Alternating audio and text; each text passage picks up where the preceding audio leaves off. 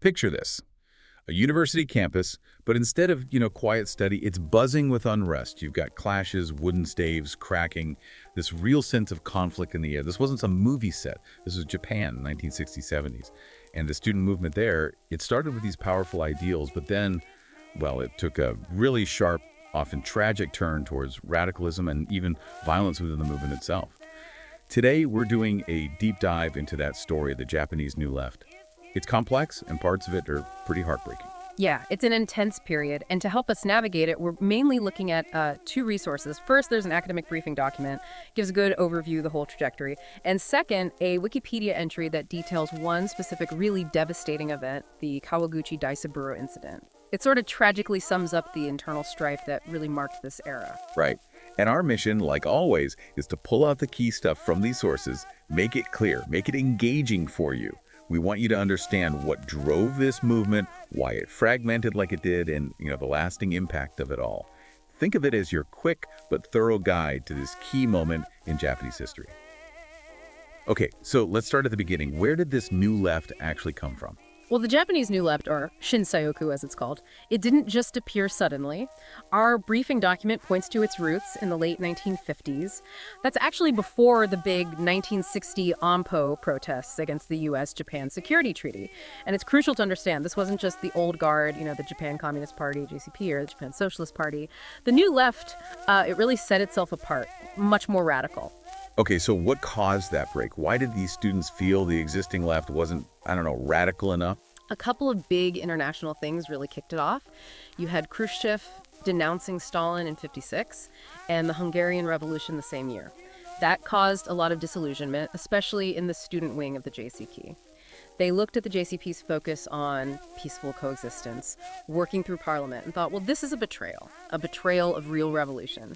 So this dissatisfaction led to new groups forming, more radical ones, like the Trotskyist Revolutionary Communist League, Kakushidu, and the Communist League known as the Bund, or Bunto. These were basically JCP dissidents. Okay, yeah. Dissidents breaking away. Yeah. And what was their core message? What were they fighting for and against? Their main slogan, you could say, was anti-imperialism and anti-Stalinism. Yeah. So that meant opposing U.S. influence, definitely, but also the Soviet Union and what they saw as Stalinist authoritarianism. They wanted to get back to what they felt were the original pure principles of Marx, Lenin, Trotsky. But here's the irony, really. This intense focus on the correct interpretation of ideology.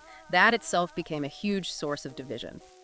So united by Marxism broadly, Yeah. but then arguing fiercely about the details. Exactly. Their roots were deeply Marxist.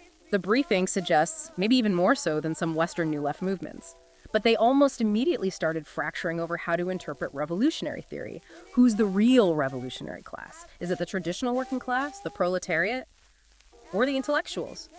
These arguments, maybe they seem subtle now, but they led to this rapid splintering. Factions, or sects, popping up everywhere. It got so bad they called it the Season of Schisms, Unretsu no Kisetsu. Season of Schisms. Oh, yeah. Yeah, that paints a picture. Constant splitting. Did these fights stay purely intellectual? Debates and papers? No, unfortunately not. That's where it gets much darker. This intense factionalism, it directly led to escalating violence. And critically, not just against the police or the state, but violence within the movement. Internal violence. It was called Uchigebe. Uchigebe. Yeah, the term actually borrows from the German word Gewalt, for violence. Shows you the kind of thinking. So they were literally fighting each other. What did that look like? On campus, for instance. It was very visible, actually. Students wore colored helmets to show which faction they belonged to, and their weapons.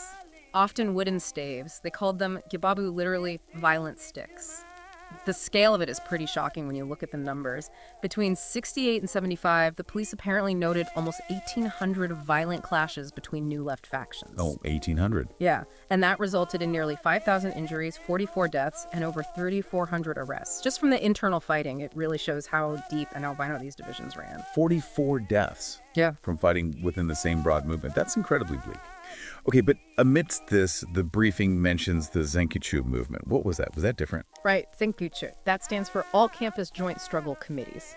This was really the peak of the broader student movement. Around 1968, 1969, it was inspired by earlier activists, people like Michiko Kamba, Mitsuko Tokoro, and it was broader, more open than the specific factions we've discussed. Zenkichu included students, even some faculty, regardless of their specific faction. They were united against university administrations and, of course, the Vietnam War. So for a time, it represented a wider kind of unity. A broader coalition, then. What were they trying to achieve, and how did they go about it? Well, the goal was this united front against the university system, which they saw as oppressive, and the wider political status quo. Their methods were pretty direct, barricading campuses, occupying buildings, and their demands ranged from specific university reforms right up to overthrowing the entire political system. Very radical aims. Intense times. The briefing also mentioned something unique about the Japanese movement, this focus on self-negation. What's that about? Yeah, that's a really interesting aspect, chikohite. It means that alongside the external political action, there was this heavy emphasis on subjective change, internal transformation. It was big at the University of Tokyo especially. The idea was that the students themselves, as potential future elites in the system they were fighting, they were also part of the problem. So the struggle wasn't just outward against the state or the university. It was inward against their own ingrained privileges or ways of thinking. They saw this self-negation as a necessary step in the whole Marxist revolutionary process. You had to change yourself to change society. Huh. So changing society meant changing yourself first, or at least alongside it. It adds another layer. You mentioned the international context earlier. How did they see themselves fitting into, global movements? Internationalism was baked in from the start. Very strong Marxist tradition in Japanese student movements historically. They absolutely saw Japan's revolution as part of a bigger global picture, a world revolution. Factions like Kakamaru, for example, their whole analysis was based on the international scene. They focused a lot on Asia, but they were definitely connected with Western student movements too.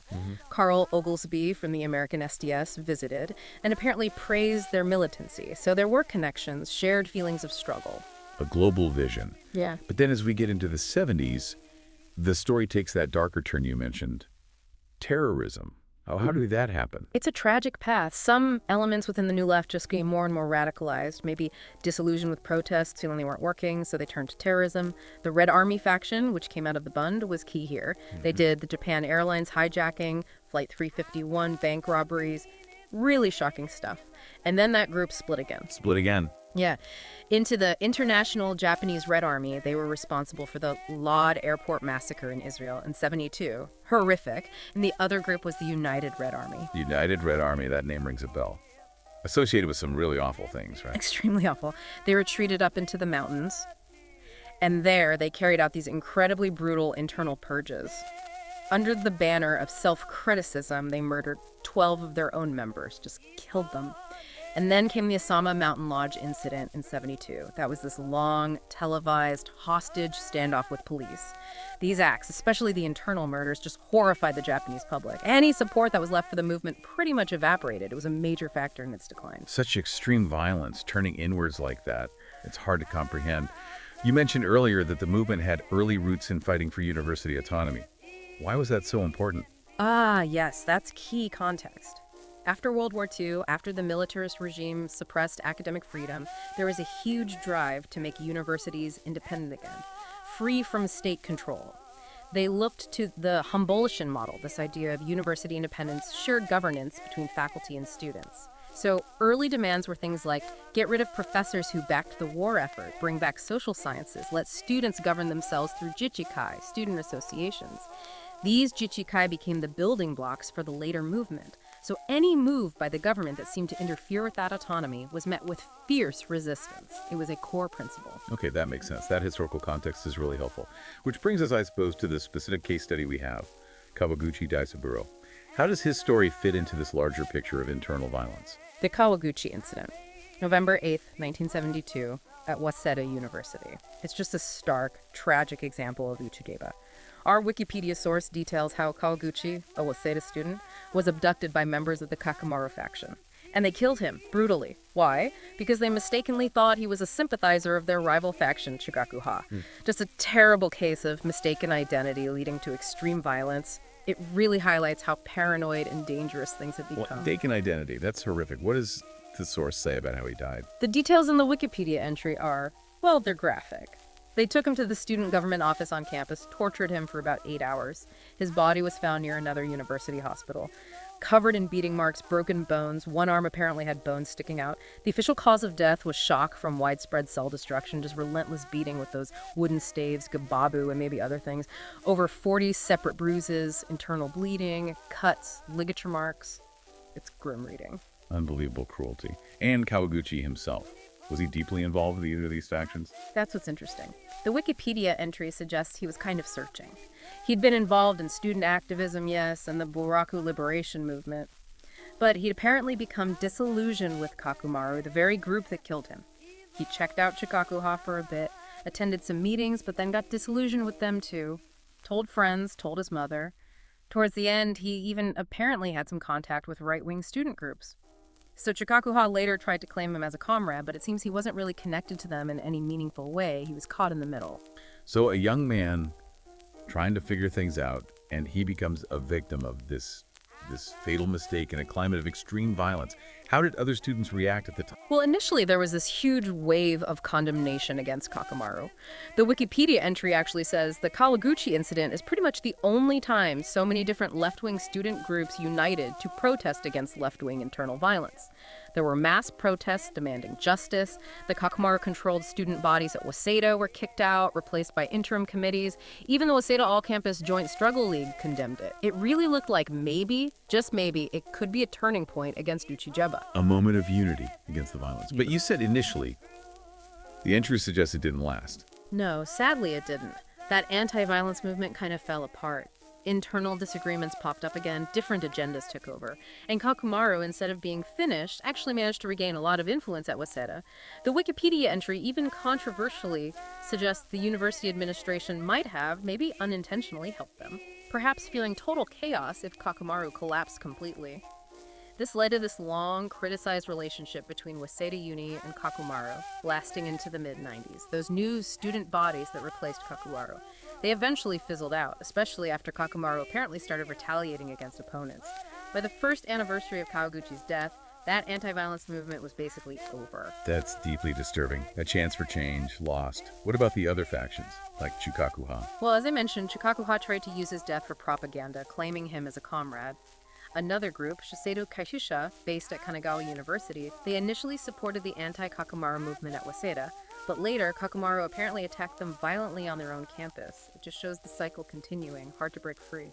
The impact seems to have lingered too. The entry mentions cultural influence, like in Murakami's work. Yes, there's a strong theory that a violent death scene in Haruki Murakami's novel Kafka on the Shore was inspired by the specific, brutal details of Kawaguchi's murder. And it's apparently influenced other fiction, other writing, even a recent documentary film. So it hasn't been forgotten. It remains part of the cultural memory of that time. Okay, so wrapping up this deep dive. Yeah. We've traced the Japanese New Left from its radical origins through intense idealism, but then into this devastating spiral of internal conflict, the Uchigeba, epitomized by tragedies like Kawaguchi Daisaburo's murder. And this internal violence, along with the shift to terrorism by some, really damaged the movement and contributed heavily to its decline, despite those early goals around things like university autonomy. Absolutely. It's a stark look at the dangers, isn't it? Ideological extremism, internal conflict, just spiraling out of control. The human cost, shown so terribly in Kawaguchi's case, is just... Yeah, it's a very sobering reminder of what can happen when ideology trumps basic humanity. And that leaves us with something for you, the listener, to think about. As you reflect on this story, the intensity, the tragedy of the Japanese student movement, maybe consider the parallels or the differences with other times of intense activism, maybe even things happening now. What lessons can we take away from this deep dive about the challenges movements face? How hard it is to maintain unity, to avoid turning inward, to prevent violence when passions run so high. It's definitely a powerful reminder to think about the human cost when ideological certainty overrides everything else.